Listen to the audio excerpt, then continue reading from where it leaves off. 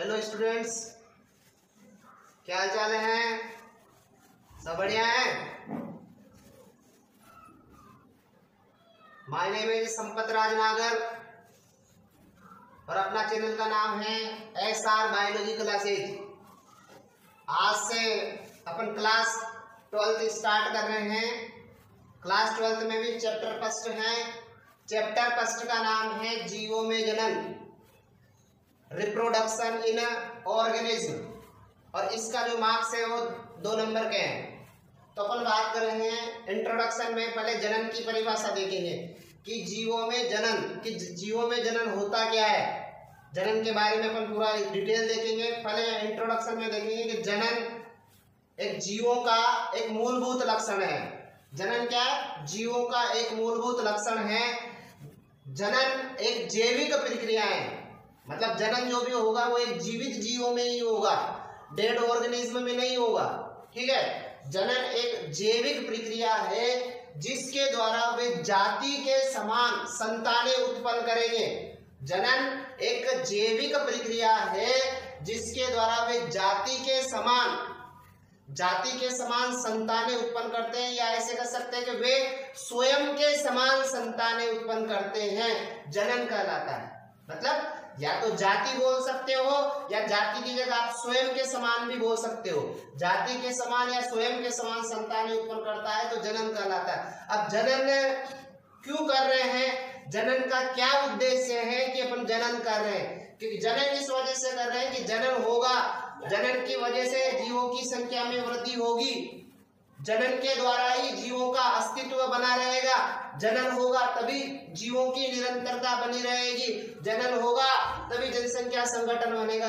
Means अपन कह सकते हैं कि जनन के द्वारा जीवों की संख्या में वृद्धि होगी, जनन के द्वारा जीवों का अस्तित्व बना रहेगा, और जनन के द्वारा जाति की निरंतरता बनी रहेगी, और जनन के द्वारा ही जनसंख्या संगठन बनेगा। अर्थात आप कह सकते हो जनन के द्वारा क्या होगा, संतान की उत्पत्ति होगी, और ये संतान ही क्या करेगी, वृद्धि करेगी, और वृद्धि करके उसमें परिपक्वता आएगी, और इस संतान से क्या होगा, नई संतति का निर्माण होगा। बच्चों, रिप्रोडक्शन के बारे में समझ में आ गया ना समझ में? तो अपन अब जनन के प्रकार के बारे में पढ़ेंगे कि जनन कितने प्रकार का होता है। याद है जनन कितने प्रकार का होता है? जनन 2 प्रकार का होता है। जनन कितने प्रकार का होता है? 2 प्रकार का होता है। पहला है अलैंगिक जनन, दूसरा होता है पहला होता है अलैंगिक जनन और दूसरा होता है लैंगिक जनन। पहला कौन सा है? अलैंगिक जनन। अलैंगिक जनन को अपन असेक्सुअल रिप्रोडक्शन के नाम से जाना जाता है, ठीक है। और दूसरा लैंगिक जनन जिसको सेक्सुअल रिप्रोडक्शन के नाम से जाना जाता है, ठीक है। फिर उसके बाद अपन क्वेश्चन नंबर के हिसाब से देख लेते हैं कि अलैंगिक जनन और लैंगिक जनन में क्या अंतर होता है। अलैंगिक जनन और लैंगिक जनन में क्या अंतर होता है? तो अपन देखते हैं जो अलैंगिक जनन होता है, अलैंगिक जनन में एक जीव की आवश्यकता होती है। अलैंगिक जनन में केवल एक जीव की आवश्यकता होती है, अर्थात एक जनक भाग लेगा।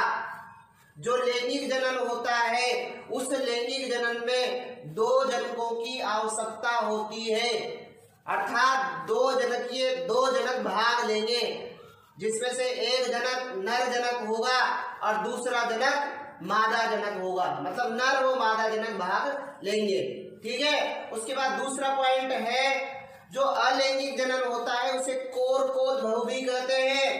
अलैंगिक जनन को कोरकोद्भव भी कहते हैं, और इसमें बनने वाले प्राणियों को ब्लास्टोजोइड कहते हैं। अलैंगिक जनन को कोरकोद्भव कहते हैं और इसमें बनने वाले प्राणियों को ब्लास्टोजोइड कहते हैं। दूसरा पॉइंट है जो लैंगिक जनन होता है, लैंगिक जनन को एम्ब्रियोजेनेसिस कहते हैं, भ्रूणोद्भव कहते हैं। लैंगिक जनन को भ्रूणोद्भव कहते हैं, और इसमें बनने वाली संतानों को, इसमें बनने वाले प्राणियों को oozoids कहते हैं, ठीक है। उसके बाद है जो तीसरा पॉइंट है, इसमें युग्मकों का निर्माण नहीं होता है। जो अलैंगिक जनन है उसमें युग्मकों का निर्माण नहीं होता है, लेकिन जो लैंगिक जनन होता है उसमें युग्मकों का निर्माण होता है।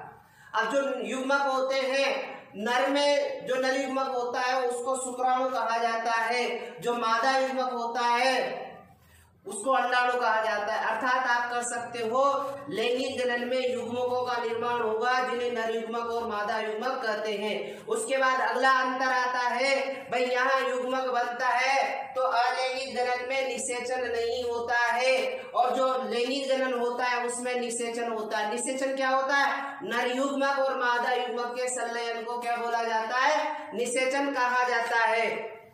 जब निषेचन होता है तो आप कह सकते हो अलैंगिक जनन जो होता है, अलैंगिक जनन में युग्मनज का निर्माण नहीं होता, यहाँ पर युग्मनज का निर्माण होता है। दूसरा अपन कह सकते हैं जब इसमें युग्मनज नहीं बनता है तो भ्रूण भी नहीं बनेगा और यहाँ पर भ्रूण बनेगा। उसके बाद अपन बोलते हैं जो अलैंगिक जनन होगा उस अलैंगिक जनन में जो अलैंगिक जनन होगा उस अलैंगिक जनन में केवल समसूत्री विभाजन होगा और इसमें समसूत्री और अर्धसूत्री विभाजन होगा।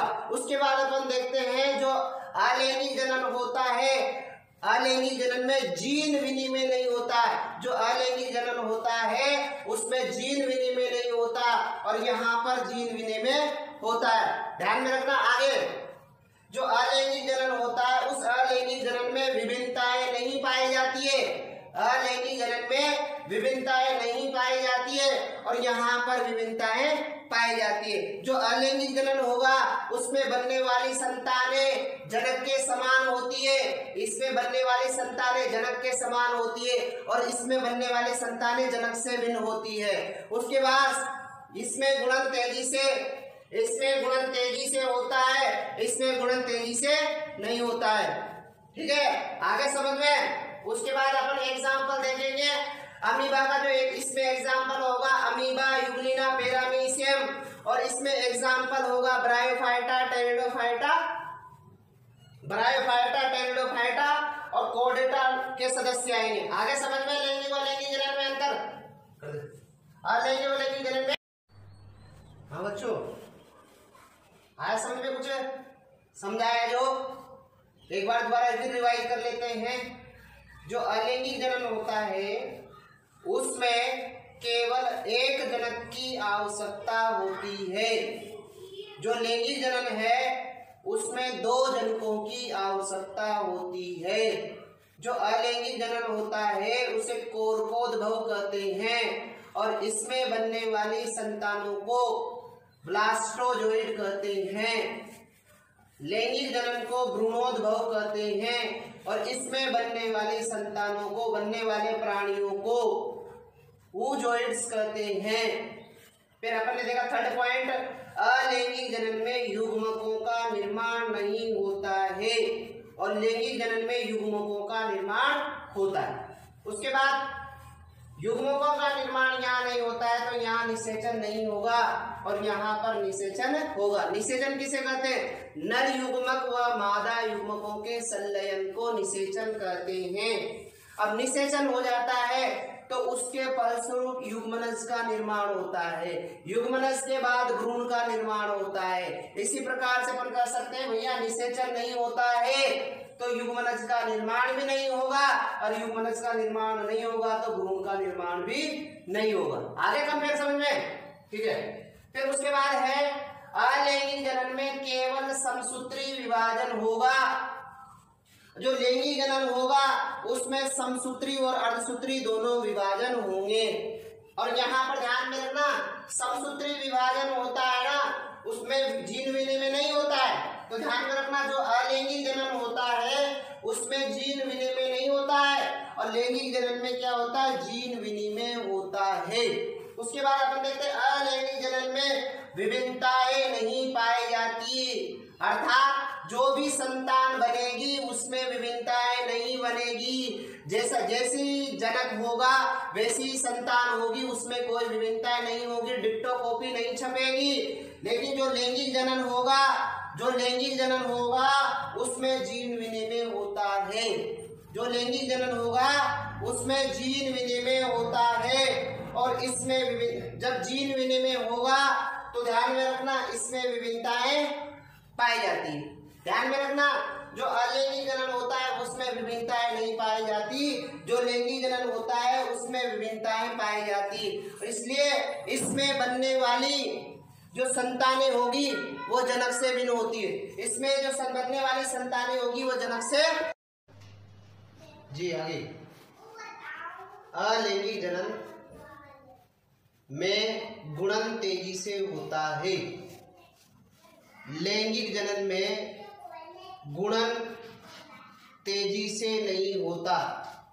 आप ये मान सकते हो कि अलैंगिक जनन में संतानें कम समय में ज्यादा से ज्यादा उत्पन्न होती है, लेकिन अलैंगिक जनन में जो संतानें होती है ना उसमें टाइम लगता है, उसमें टाइम लगता है। यहाँ पर गुणन का टाइम लगता है, यहाँ पर आपके मंथ भी लग सकते हैं, 3 मंथ लग सकते हैं, 5 मंथ लग सकते हैं, 9 मंथ लग सकता है, उसमें बेबी प्रोडक्शन में टाइम लग सकता है। तो यहाँ पर जो गुणन होगा ना वो अलैंगिक जनन की तुलना में कम होता है। इसका जो एग्जाम्पल होगा वो amoeba, Euglena, paramecium, hydra, east planaria आदि एग्जाम्पल होंगे।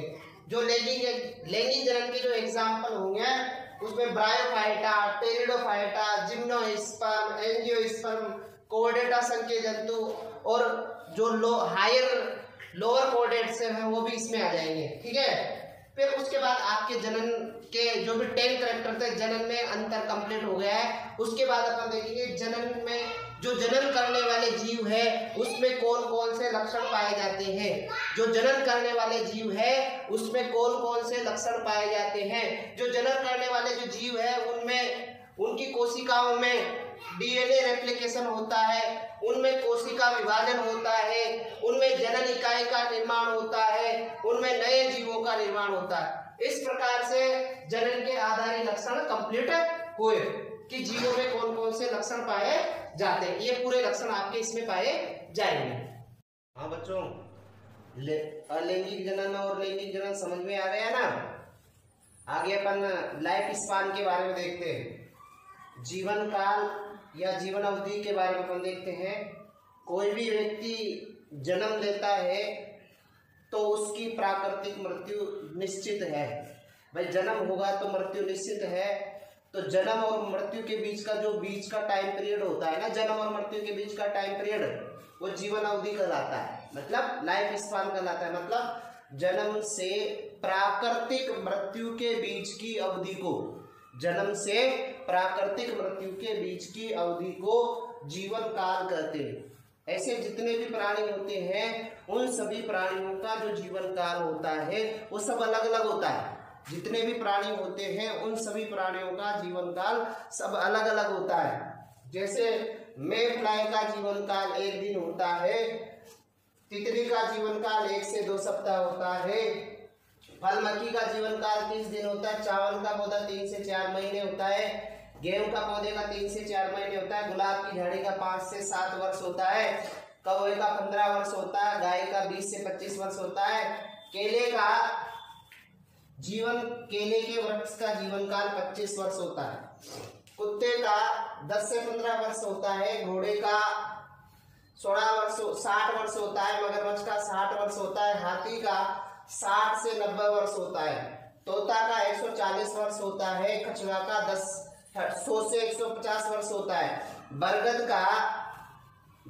का 200 से 300 वर्ष होता है, पीपल का 2000 से 3000 वर्ष होता है, पीपल का 2000 से 3000 वर्ष होता है। सिकोया सेमी परविरेंस को रेडवुड ट्री बोला जाता है। सिकोया सेमी परविरेंस को रेडवुड ट्री बोला जाता है।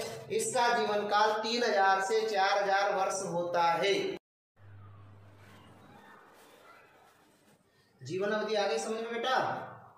तो उसके बाद अपन अगला पॉइंट देखते हैं, जीवन चक्र। जीवन चक्र से मतलब है जैसे व्यक्ति जन्म हो गया, जन्म से वापस मृत्यु आएगी, तो उसके बीच में विभिन्न अवस्थाएं पाई जाती हैं। जन्म से मृत्यु के बीच में विभिन्न अवस्थाएं आती है, वो सब अवस्थाएं क्या कहलाती है भैया? जीवन चक्र कहलाती है। ठीक है भैया।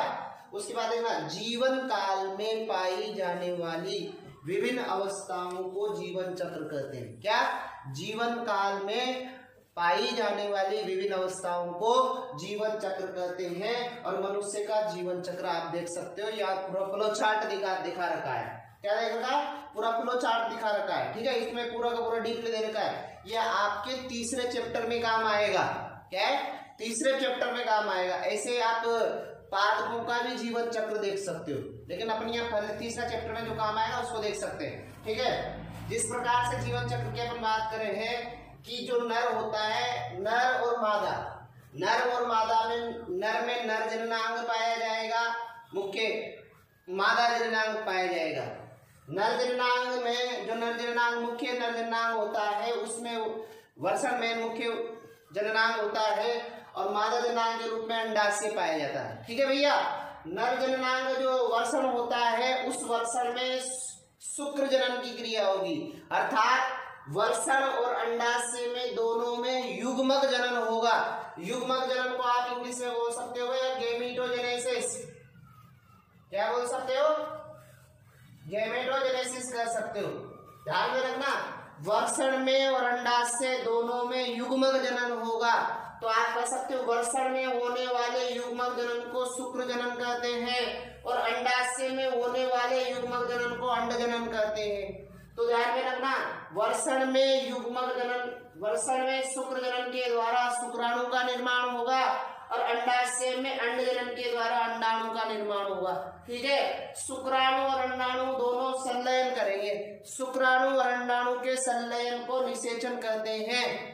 शुक्राणु और अंडाणु के संलयन को निषेचन कहते हैं। निषेचन के फलस्वरूप एक द्विगुणित संरचना का निर्माण होता है जिसे युग्मनज कहते हैं। ध्यान में रखना। फिर युग्मनज में विदलन होता है। विदलन एक प्रकार का कोशिका विभाजन है। इसमें आप बोल सकते हो एक प्रकार का ये समसूत्री विभाजन है। क्या भैया? एक प्रकार का समसूत्री विभाजन है। और इस समसूत्री विभाजन, ध्यान में रखना, यहाँ पर अभी एक कोशिकीय से बार बार इसमें विदलन होगा। एक कोशिका से दो कोशिका बनेगी, दो कोशिका से चार कोशिकाएं बनेगी, 4 से 8 कोशिकाएं बनेगी, 8 से 16 कोशिकाएं बनेगी, 16 से 32 कोशिकाएं बनेगी। तो मैंने डायरेक्ट लिखा है 16 से 32 कोशिकाएं, मत मानना गया सर ने डायरेक्ट यहाँ पर 16 से 32 कैसे आ गया, ऐसे मत समझना। पहले यहाँ 2 कोशिकाएं रहती है, और इस 2 कोशिका वाले जो युग्मनज है, इस युग्मनज में बार बार विदलन होगा, बार बार विदलन होगा, और बार बार विदलन के फलस्वरूप मोरुला बनेगा।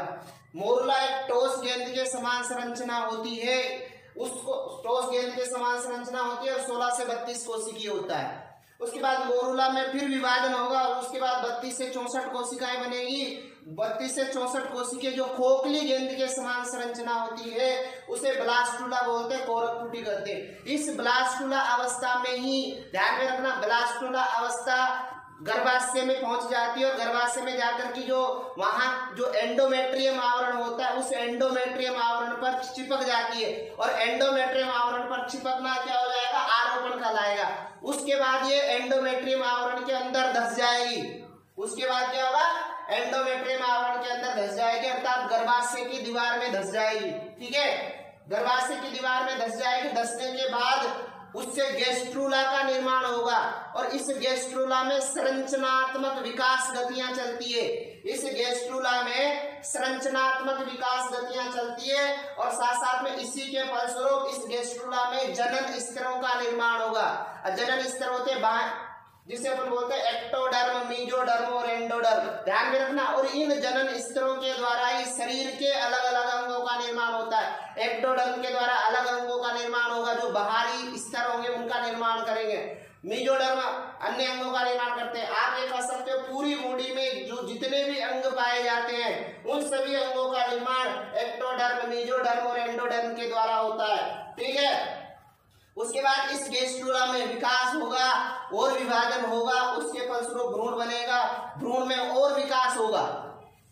उसके बाद विकसित भ्रूण बनेगा जिसे फीटस कहते हैं। फिर फीटस बनने के बाद फीटस में पूरे शरीर के अंगों का निर्माण हो जाता है। जैसे 9 महीने का टाइम पीरियड आता है तो उसमें प्रसव की क्रिया होती है, पार्टुरेशन की क्रिया होती है। उसके फलस्वरूप शिशु जन्म होता है। शिशु जन्म के बाद उसमें शिशु अवस्था चलती है। शिशु अवस्था के बाद उसमें बाल्य अवस्था चलती है। बाल्य अवस्था के बाद किशोर अवस्था चलती है। किशोर अवस्था के बाद युवा अवस्था आती है और युवा अवस्था के बाद वयस्क अवस्था आती है। इस प्रकार से वयस्क अवस्था के बाद वृद्धावस्था आती है और वृद्धावस्था के बाद मृत्यु आती है। इस प्रकार से मनुष्य का जीवन चक्र संपन्न होता है। हाँ बच्चों, जीवन चक्र समझ में आ गया? ठीक है, आगे देखते हैं अपन। जनन करने वाले जो जीव होते हैं, जनन करने वाले जीवों को क्या बोलते हैं? जनक कहते हैं। जनन जो करता है ना जीव, उसको जनक कहते हैं। और इनसे उत्पन्न होने वाले जो संतान होते हैं उसको संतति कहते हैं। अपन कह सकते हैं जनक क्या होता है? जो जनन करता है। और जो उनसे जो संतान उत्पन्न होते हैं उसको बोलते हैं अपन संतति। ठीक है, उसके बाद अपन ने स्टार्टिंग में देखा था कि जनन क्या होता है। जनन के कितने प्रकार होते हैं? जनन के 2 प्रकार के होते हैं, अलैंगिक जनन और लैंगिक जनन। उन दोनों के बारे में अपन अंतर देखे हैं। उसके बाद अपन ने थोड़ा सा जीवन अवधि के बारे में देखा है और उसके बाद जीवन चक्र के बारे में देखा है। ठीक है, उसके बाद अपन जो जनन है ना, जनन के प्रकार, उन जनन के प्रकारों के बारे में अपन वर्णन करेंगे। ठीक है, उसके बाद अपन देखते हैं अलैंगिक जनन। फर्स्ट जनन है अलैंगिक जनन। फर्स्ट जनन कौन सा हो जाएगा? अलैंगिक जनन है। अलैंगिक जनन में फर्स्ट है, अपन ने देखा था कि जो अलैंगिक जनन होता है उसमें क्या क्या देखा था? अलैंगिक जनन में एक जीव की आवश्यकता होती है। अलैंगिक जनन में क्या होता है? एक जीव की आवश्यकता होती है। अलैंगिक जनन को अपन ने बोला था कोर का उद्भव कहते हैं। इसमें बनने वाले संतानों को क्या बोलते हैं? ब्लास्टोजोइड कहते हैं। इसमें केवल समसूत्री विभाजन होता है। इसमें युग्मकों का निर्माण नहीं होता। युग्मकों का निर्माण नहीं होगा तो इसमें निषेचन भी नहीं होगा। निषेचन भी नहीं होगा तो इसमें युग्मनज भी नहीं बनेगा। युग्मनज भी नहीं बनेगा तो भ्रूण भी नहीं बनेगा और ये सब नहीं हुआ। और साथ साथ में इसमें क्रॉसिंग ओवर नहीं होता है। जब क्रॉसिंग ओवर नहीं होगा तो इसमें क्रॉसिंग ओवर मतलब जीन विनय में नहीं होता। इसमें विभिन्नताएं नहीं होती और विभिन्नता नहीं होगी तो इसमें उत्पन्न होने वाली संतानें कैसी होगी? जनक के समान होगी और इसमें जो गुणन होगा वो तेजी से होगा। इस प्रकार से अपन ने जो अंतर में एक साइड पर लिखा था वो पूरा पूरा दोबारा फिर समझ लिया। ठीक है, वैसे अपन अलैंगिक जनन की परिभाषा बना सकते हैं। यह जनन का वह प्रकार है जिसमें केवल एक जीव की आवश्यकता होती है और बनने वाली संतानें जनक के समान होती है। ठीक है, और इसमें जीवों की संख्या अनलिमिटेड बनती है, असीमित संख्या में बनती है। इसे अलैंगिक जनन कहते हैं। एक परिभाषा ये भी लिख सकते हैं। ठीक है, उसके बाद दूसरी परिभाषा भी कह सकते हैं कि इस प्रकार के जनन में जो नया जीव बनेगा वो बिना युग्मक संलयन के बनता है। क्या बनता है? बिना युग्मक संलयन के बनता है और इसमें केवल समसूत्री विभाजन होता है और इस जनन में उत्पन्न होने वाली संतानें किसके समान होती है? जनक के समान होती है। अर्थात इस प्रकार के जनन में उत्पन्न संतति में आनुवांशिक गुण होंगे, वो जनक के समान होंगे और इसे अलैंगिक जनन कहते हैं। दूसरी और परिभाषा देखें, अथवा लगा रखा है सभी में, जो भी याद करे वो कर लेना, कोई दिक्कत नहीं है। ठीक है, जब किसी जनक द्वारा बिना युग्मक निर्माण के ही नई संतानें उत्पन्न करना क्या कहलाता है? अलैंगिक जनन कहलाता है। जब किसी जनक द्वारा बिना युग्मक निर्माण के ही नई संतानें उत्पन्न करना अलैंगिक जनन कहलाता है। ठीक है, हो गया अलैंगिक जनन की परिभाषा। ध्यान में रखना, इन तीनों परिभाषाओं में से कोई सी भी परिभाषा याद कर सकते हैं। ठीक है, उसके बाद अपन देखते हैं क्लोन क्या होता है। जो जनक होता है उस जनक से जो भी संतान उत्पन्न होगी वो डिप्टो बने, आकार की वो आनुवांशिक रूप से क्या बने? एक जैसी बने, उसको अपन क्या बोलते हैं? क्लोन बोलते हैं। ठीक है, ऐसे जनक जिनसे उत्पन्न होने वाली संतानें आकारिकी मतलब मॉर्फोलॉजिकली मतलब आकार में, रूप में, साथ में आनुवांशिकी मतलब डीएनए में उसमें जो गुणसूत्र की दृष्टि से आनुवांशिकी मतलब जेनेटिकली रूप से समान होती है, तो ऐसे जीवों को क्या बोला जाता है? क्लोन कहा जाता है। अलैंगिक जनन की परिभाषा समझ में आ गई ना बच्चों?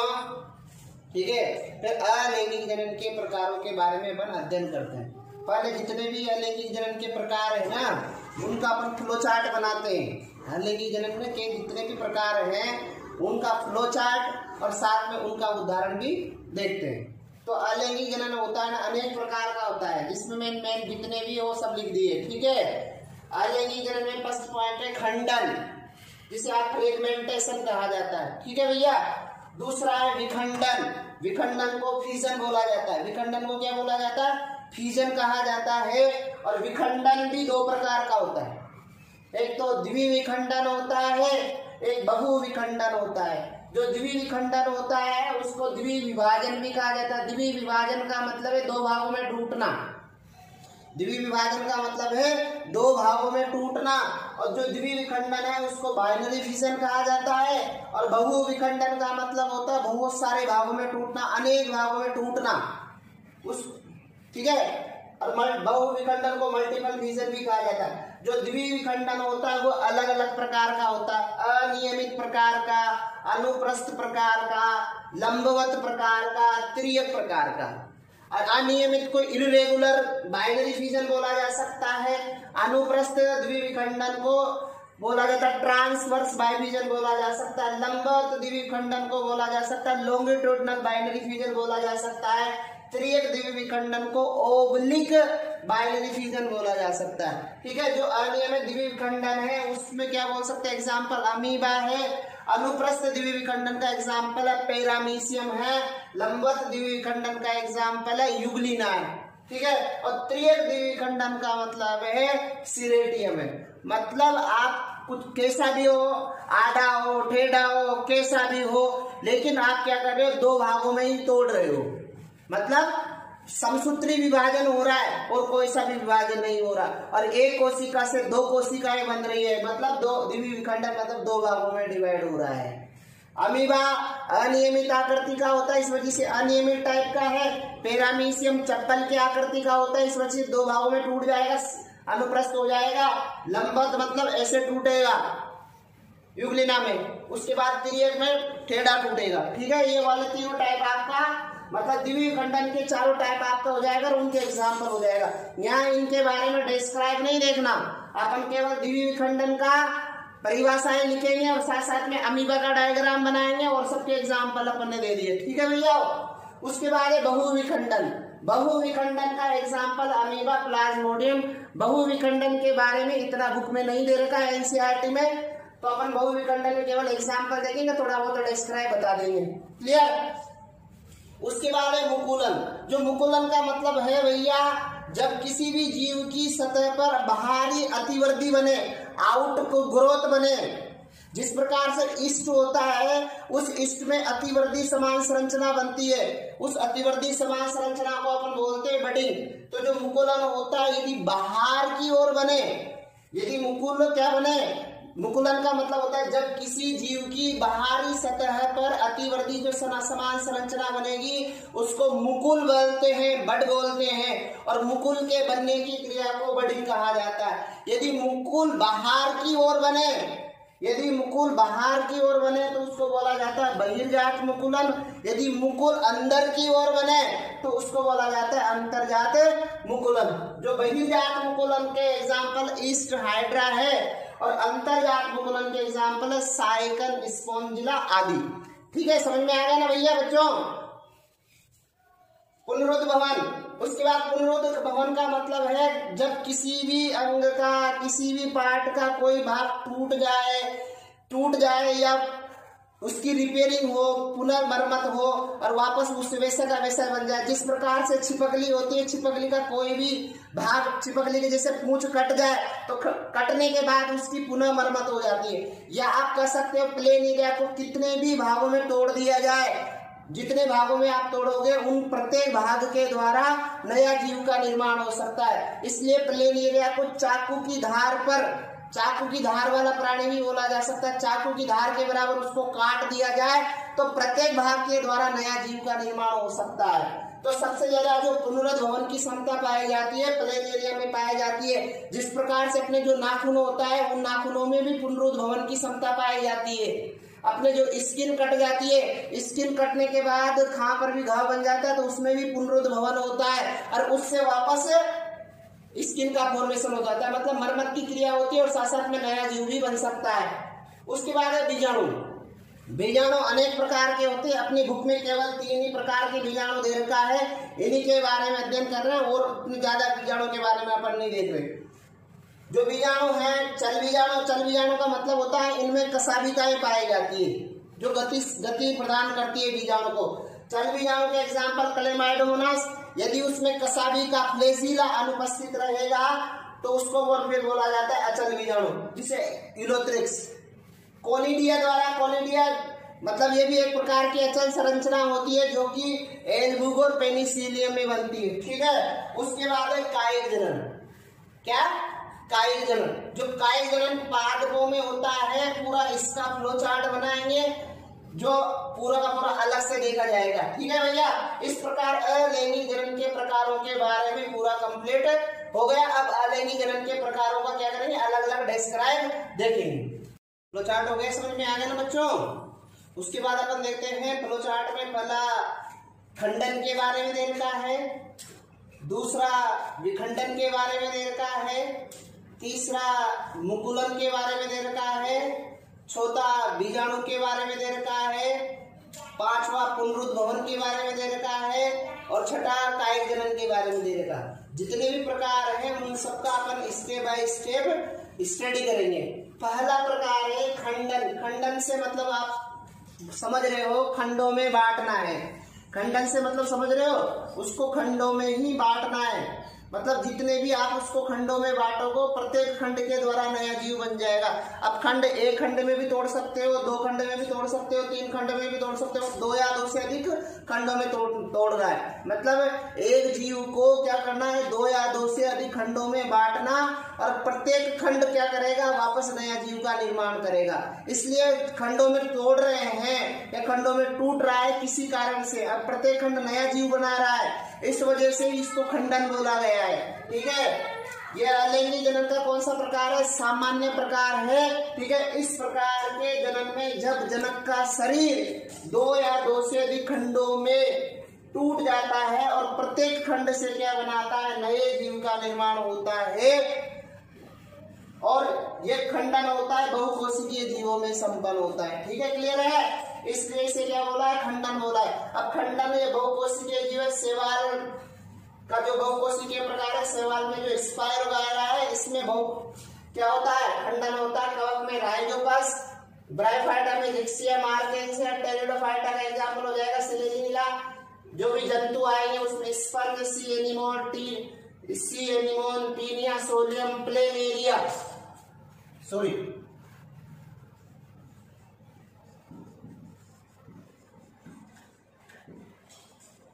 क्या हो जाएगा, स्पंज हो जाएगा, सी एनिमोन हो जाएगा, टीनिया, सोलियम हो जाएगा, प्लेनेरिया हो जाएगा, हाइड्रा हो जाएगा, आदि हो जाएगा। इस प्रकार अपन खंडन को समझ सकते हैं। खंडन में क्या होगा, जब कोई भी जीव 2 या 2 से अधिक खंडों में टूटता है और प्रत्येक खंड वापस नए जीव का निर्माण होता है, तो इस वजह से इसको अपन खंडन कहते हैं। और खंडन होता है बहुकोशिकीय जीवों में संपन्न होता है और बहुकोशिकीय जीवों का अपने एग्जाम्पल है बता दिया, ठीक है। उसके बाद होता है विखंडन। विखंडन एक प्रकार से द्विवीय विभाजन है। द्विवीय विभाजन बहुविभाजन से संबंधित है। विखंडन क्या हुआ, इस प्रकार के जनन में जनक कोशिका 2 या 2 से अधिक कोशिकाओं में विभक्त होती है। और ध्यान में रखना, जो विखंडन होता है खंडन से रिलेटेड ही है, लेकिन यहाँ पर संतति कोशिकाओं की संख्या क्या होती है, निश्चित बनती है। यदि वो 2 बनती है तो द्विवीय विभाजन हो गया और यदि वो बहुत सारी बनती है तो बहुविभाजन हो गया, ठीक है। इस प्रकार के जनन में जनक कोशिका 2 या 2 से अधिक कोशिकाओं में विभक्त होती है, अर्थात विभक्त होती है। और संतति कोशिकाओं की संख्या के आधार पर विखंडन 2 प्रकार का होता है, जिसे अपन बोलते हैं द्विवीय विखंडन और बहुविखंडन। इस प्रकार से विखंडन के बारे में अपन देखेंगे। फिर उसके बाद अपन देखेंगे द्विवीय विखंडन के बारे में क्या होता है, बहुविखंडन के बारे में क्या होता है।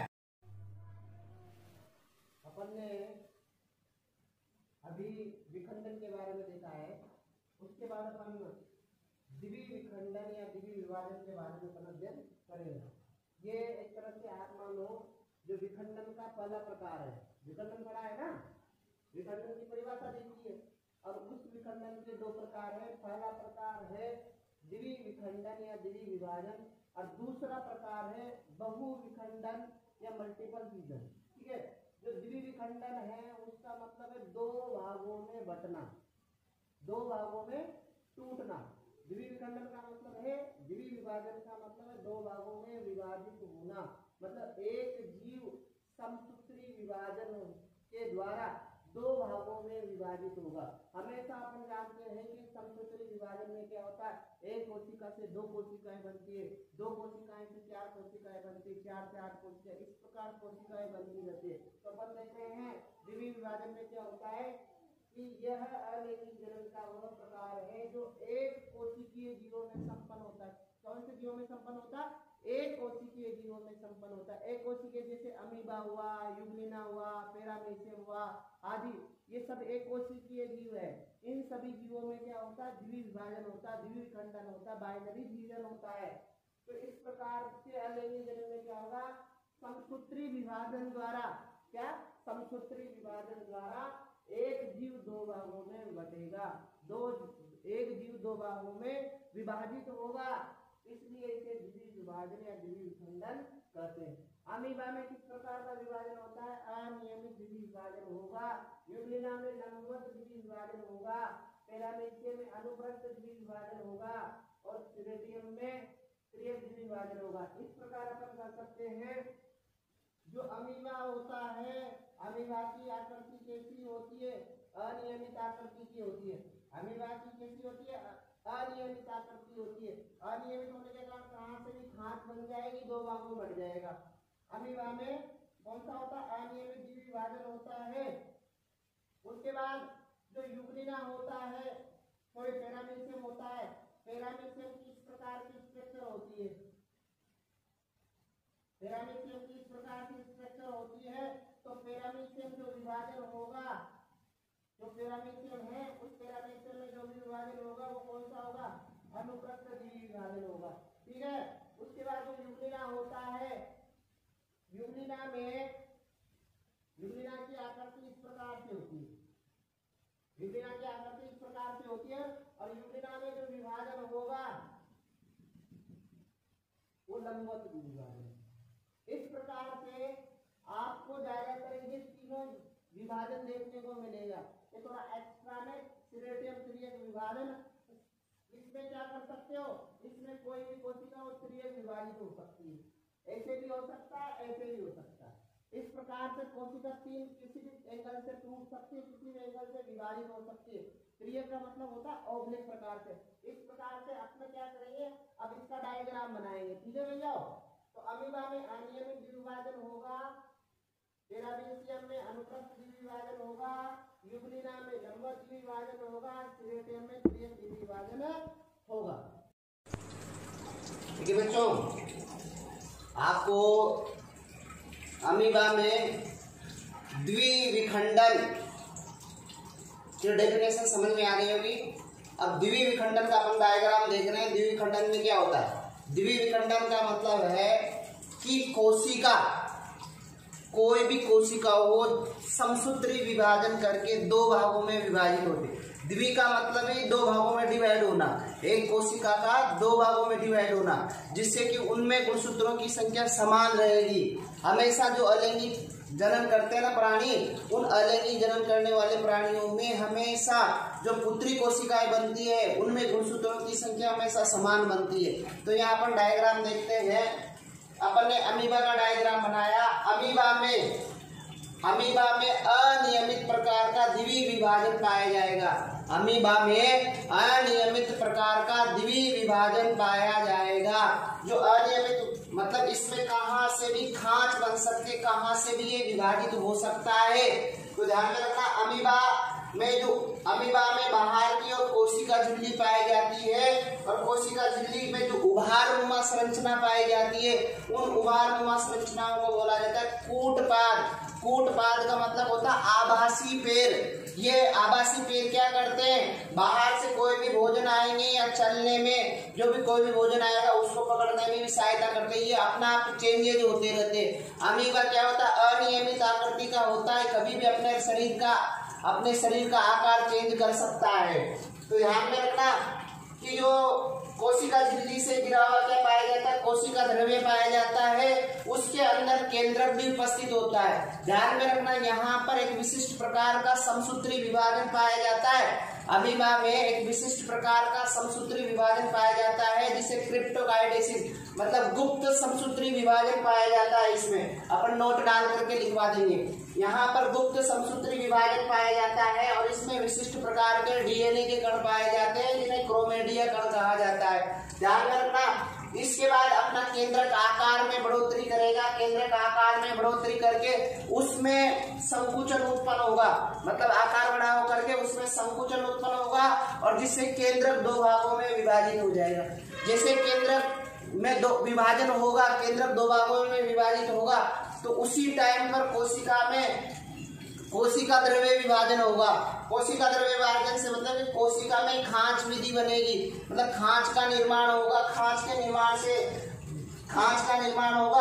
निर्माण होने से क्या होगा, कोशिकाओं में केंद्रक दो अलग अलग भागों में विभाजित हो जाएंगे और खांच बनने से क्या होगा, दो कोशिकाएं बन जाएंगी। इस प्रकार से एक कोशिका से दो पुत्री कोशिकाओं का निर्माण होगा।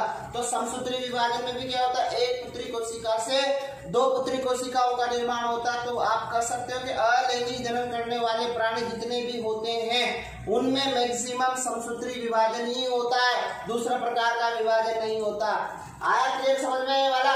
तो ये आपका जो डायग्राम है वो अमीबा में द्विवीय विखंडन का है। क्लियर हो गया यहाँ तक? कोई दिक्कत नहीं है ना? अपन ने देखा है कि जो द्विवीय विभाजन है, द्विवीय विभाजन में जो कोशिका होती है उस कोशिका में द्विवीय विभाजन में होने वाले समसूत्री विभाजन को गुप्त समसूत्री विभाजन कहा जाता है। क्यों होता है? क्योंकि उसमें गुणसूत्रों के स्थान पर डीएनए के कण पाए जाते हैं, क्रोमेडिया कण पाए जाते हैं, इस वजह से उसमें गुप्त समसूत्री विभाजन पाया जाता है। ठीक है। उसके बाद द्विवीय विखंडन के बाद अपन दूसरा पॉइंट देखेंगे, बहुविखंडन। बहुविखंडन जो होगा, ध्यान में रखना, वहां पर एक कोशिका दो भागों में विभाजित हुई थी, वो अनुकूल परिस्थितियों में हुआ था। जो विखंडन द्विवीय विखंडन है, विखंडन का जो प्रकार द्विवीय विखंडन है वो अनुकूल परिस्थितियों में होता है। और ध्यान में रखना, जो बहुविखंडन होगा वो प्रतिकूल परिस्थितियों में होगा। यहाँ पर एक कोशिका अनेक भागों में विभाजित होगी, एक कोशिका अनेक भागों में विभाजित होगी और वो विभाजित होकर के अनेक नए जीवों का निर्माण करेगी।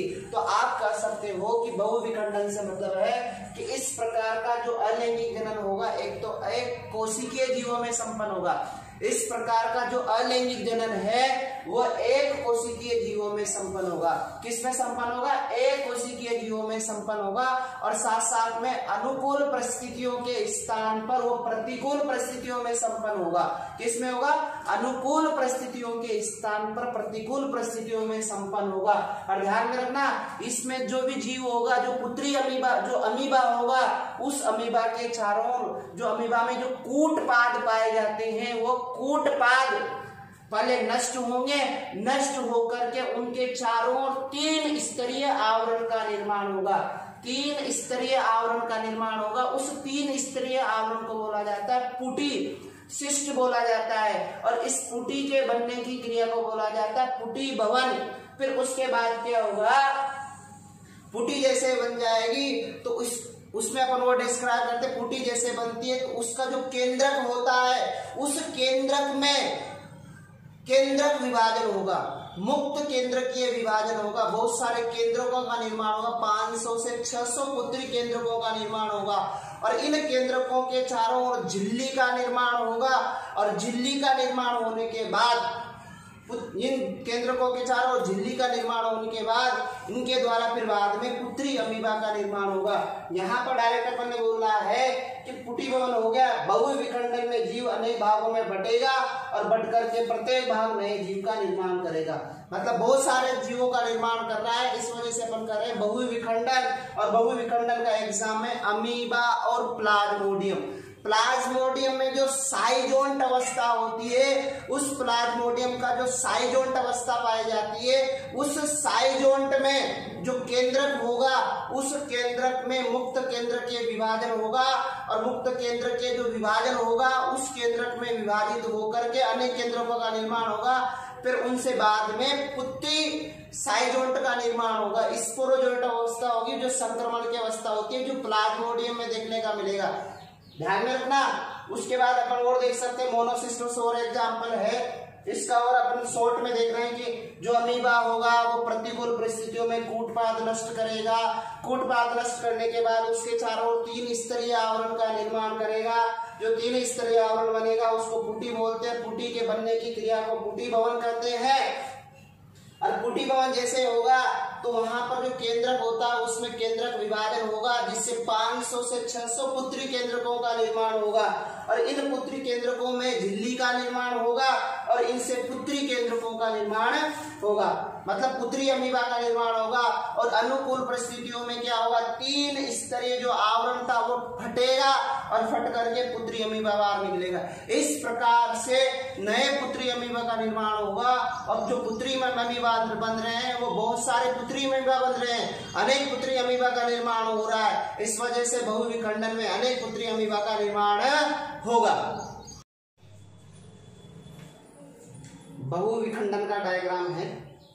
बहुविखंडन में क्या होगा, जो अमीबा है इस अमीबा में कूटपाद पाए जाएंगे उभारनुमा संरचना के रूप में। केंद्रक प्रेजेंट होगा, उसमें डीएनए क्रोमेटिन कण के रूप में, डीएनए क्रोमेटिन कण के रूप में पाया जाएगा।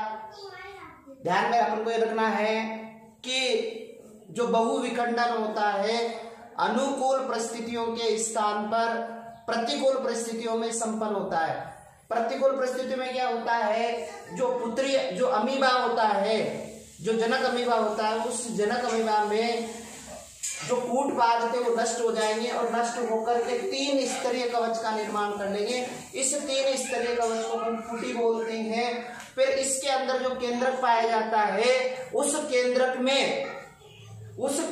में क्या होगा, केंद्रक विभाजन होगा और केंद्रक विभाजन होकर के बहुत सारे केंद्रकों का निर्माण होगा। लगभग 500 से 600 पुत्री केंद्रकों का निर्माण होगा और इन पुत्री केंद्रकों के चारों ओर फिर झिल्ली का निर्माण होगा। इन पुत्री केंद्रकों के चारों ओर झिल्ली का निर्माण होगा और झिल्ली का निर्माण होकर के जैसे पुत्री केंद्रकों के चारों ओर झिल्ली बनेगी तो उनको सूडोपोडियोस्पोर बोला जाता है। जैसे सूडोपोडियोस्पोर बन जाएंगे, मैच्योर हो जाएंगे, मतलब परिपक्व हो जाएंगे, उसके बाद 3 स्तरीय कवच फटेगा। अनुकूल परिस्थितियों में 3 स्तरीय कवच फटेगा। फटने के बाद पूरी स्वतंत्र अमीबा, जितने भी अमीबा बनी, पुत्री अमीबा बनी, वो बाहर निकल जाएगी। इस प्रकार अमीबा में बहुविखंडन का डायग्राम कंप्लीट हुआ। ऐसा डायग्राम आपको बनाना, इसको स्पष्ट बना लेना, ठीक है।